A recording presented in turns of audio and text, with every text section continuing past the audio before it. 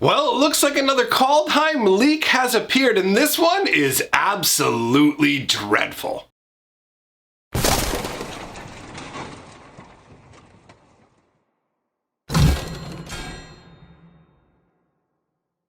Greetings, owners of fine luxury cardboard rectangles. We are here for what will most likely be the last of the early Kaldheim leaks, because tomorrow, spoiler season starts. So while we may get some leaks then, it doesn't feel quite as illicit, like, oh no, we're running around in the darkness looking at cards we're not supposed to be able to see yet. Oh! So the card we have today to take a look at is Rise of the Dreadmarn. And I don't know about you, but that whole Marn, it just makes me think of Morn, but said top of the Marnin to you. So that's what I'm going to do when I play this card. Top of the Marnin, be rich. That's how I'm going to play the card. All right, so it's 1 black and 2 for an instant that says create X 2/2 black zombie berserker creature tokens, where X is the number of non-token creatures that died this turn. It has Foretell for 1 black. Now, if you haven't already seen Foretell, we talked about it in a previous video. Foretell is, during your turn, you may pay 2 generic mana and exile this card from your hand face down. Cast it on a later turn for its Foretell cost. So essentially, what you can do with this card is basically break its casting cost apart. Other Foretell cards don't tie together this neatly, but regardless of whether you cast this normally for its casting cost or do it the Foretell way, you're actually paying the exact same amount of mana, and I love that symmetry. So, how it works is real simple. If you've got this in your hand, you pay 2 mana during your turn, right? You put it over to the side, face down. Now that's a key part some people don't seem to realize. It's face down, off to the side, exiled. So it's not in your hand. They can't make you discard it. Your opponent's not allowed to look at what it is, so you have it as a surprise. I didn't know until today that Foretell was going to be on anything other than creatures. Having it on spells like instant sorceries, maybe other permanents as well, really adds a nice level of spice to what's going on, because it means that you can bluff, right? You can bluff this kind of thing. If you're playing this Rise of the Dreadmarn, right, you can go, oh, I have a card that's over here face down. That's a Foretell card. Now, is it automatically Rise of the Dreadmarn? Not necessarily, but your opponent may have to play around it as if it is, right? Because if you're playing with black mana and you can instantly do this, Rise of the Dreadmarn is the kind of card that, depending on when it's played, is going to completely upend a game, right? Like, you get to make a bunch of 2/2 black zombie tokens based on how many guys have been, like, hitting the graveyard this turn. So if this is used right after a board wipe, if somebody goes, boom, destroy all creatures in play, and then you play this at instant speed at the end of that turn, like, it's usually board wipes are slow, so they're sorcery speed. They're usually done on that player's turn. There's not a lot of instant spells, destroy all creatures in play. That would be bonkers, right? So your opponent's going to go. They're going to play their board wipe. All the creatures are going to go, and then at the tail end of their turn, when they're not really going to have any response, boom, you go Rise of the Dreadmarn, and you can either do it straight from your hand, or you can Foretell it. And that actually adds another layer of messing with people's heads, in that you don't have to have it off as a Foretell card, and they may think you don't have one because you didn't put it in the Foretell zone. So you can telegraph having one. You could even get really tricky where put one off to the side in the Foretell zone.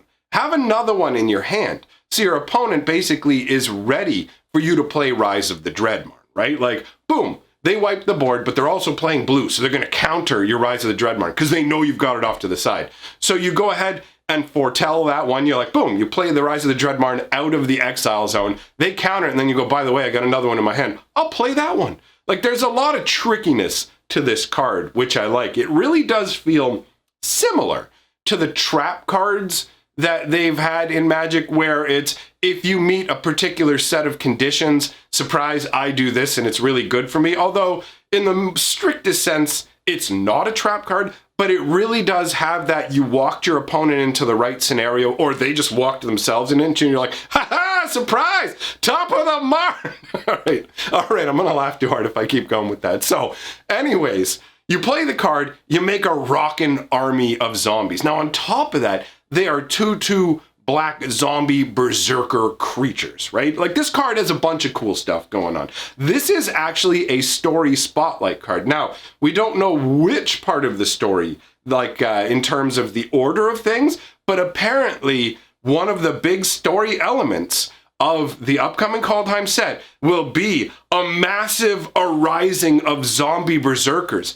And it's essentially, as far as I'm concerned, this is basically like the Dreadmarn is the terrible morning. It's like, what's the term? I believe Ragnarok. It's the end of times where like all the dead come back to battle and whatever. So it seems like in this situation, like all of the dead are all rising up as zombie berserkers, but they're all marching under one banner. It's not like, oh, like, were you on my side and were you on the other side? They all get raised and they're all just like, destroy. It could be wipe out all the living. Like, I don't know what's going on. But the idea of a massive zombie army just arising instantly is terrifying. Like, it's crazy enough to do this kind of stuff at sorcery speed. I find zombies to be a very interesting kind of horror creature because one zombie is like all zombies are horrifying. Let's be real. They're horrifying because it's a complete perversion of the natural order, right? You see what was once a human being that had the same depth of life that you do, and now it's forced to like shamble along, and it's not like really sentient on the same level. It's barely capable of thought, if it is. There's different levels. You know what I mean? You don't know if it has any memory of its previous life. Is the tiniest little remembrance of what it was, and I mean, sometimes when you see like people you care about raised as zombies, that's a really terrifying moment too, where it's like somebody has to face the fact that they have to destroy. To them, they feel like they're destroying someone they love, but really ultimately that person's already been destroyed and wiped away. But individual zombies can be terrifying, but they can also feel underwhelming. You know, they can feel like a slow, shambling sort of, well, this thing can't actually get to me. I could literally jog in circles around this. Like, zombies mostly, depending on what they're from, don't tend to have much in the way of speed or agility, right? It's more just the fact that they can come at you endlessly. Like, they don't run out of energy, and it takes a lot of damage to take them down because, I mean, they don't register pain. You have to like obliterate them essentially to have any chance. So one zombie can be threatening and also kind of meh, but when you get like a squad of zombies, a whole bunch of them, that becomes terrifying. But the idea of zombie berserkers, like everything that's coming back under this scenario is coming back as an actual berserker as well. There's this extra aspect that's being infused into the dead, which makes it absolutely insane, man. And like this picture with this army of zombie berserkers, I mean, they're armed, they're equipped with their gear. These seem like a slight step above a regular zombie. Like regular zombies, like I said, not much sentience. They don't retain their profession. You know what I mean? There are not a lot of zombie wizard, zombie warrior, zombie this, zombie that. A lot of zombies are just zombies. Although in more recent times, they've started to add classes to them, I suppose, a little more frequently. But there's just something about the idea of zombie berserkers, because berserkers, one of the intimidating things about them is that they don't care about what happens to them or anyone around them. And it's like, well, a zombie already kind of has that mentality. So how much more intense is a zombie berserker? And these zombies, they look like they're in better shape than regular zombies. Like, you'll see zombies where they have busted legs, their foot all cracked off to the side or whatever, and they're all like walking like that. You know what I mean? Like, their body shows signs of decay and that they're falling apart,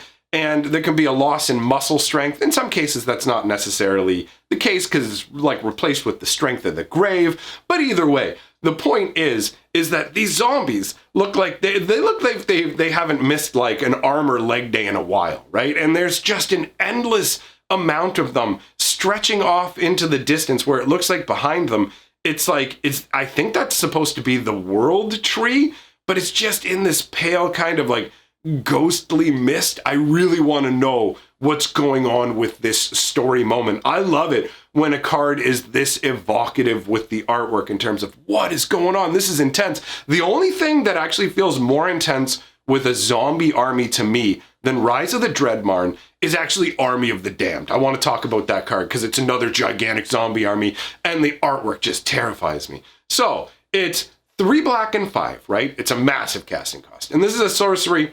You put 13, oh, it's from Innistrad if I didn't say so. It's put 13 2/2 black zombie creature tokens onto the battlefield tapped.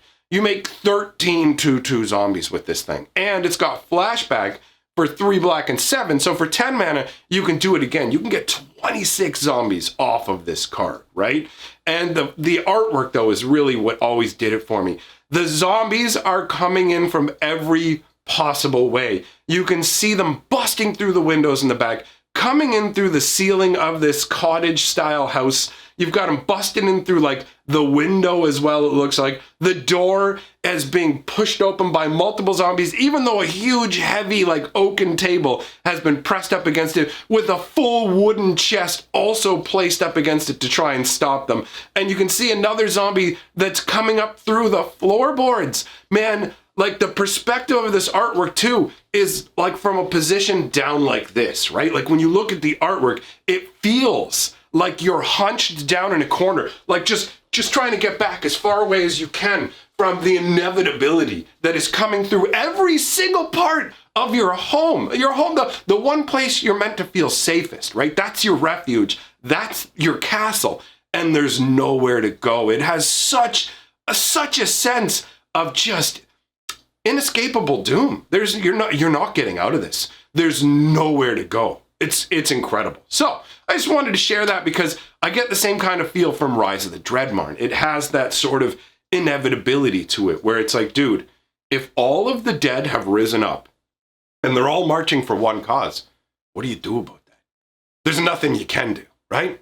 Anyways, that's all I have to say about that. My friends, I'm excited because there's a brand new lore video on my Fantasy Geographic channel. It's Magic the Gathering lore. It releases in a few hours. The story is incredible. I want to tell you parts of it to get you hyped, but I don't want to spoil it. Oh, I almost forgot. I got a letter from Desolator Magic. We're going to open it on live stream tonight. So, thanks to my patrons, the people flying on by on the screen. If you love what I'm doing here, jump on my Patreon, put a smile on my face. Other than that, go watch the lore video. See you next time.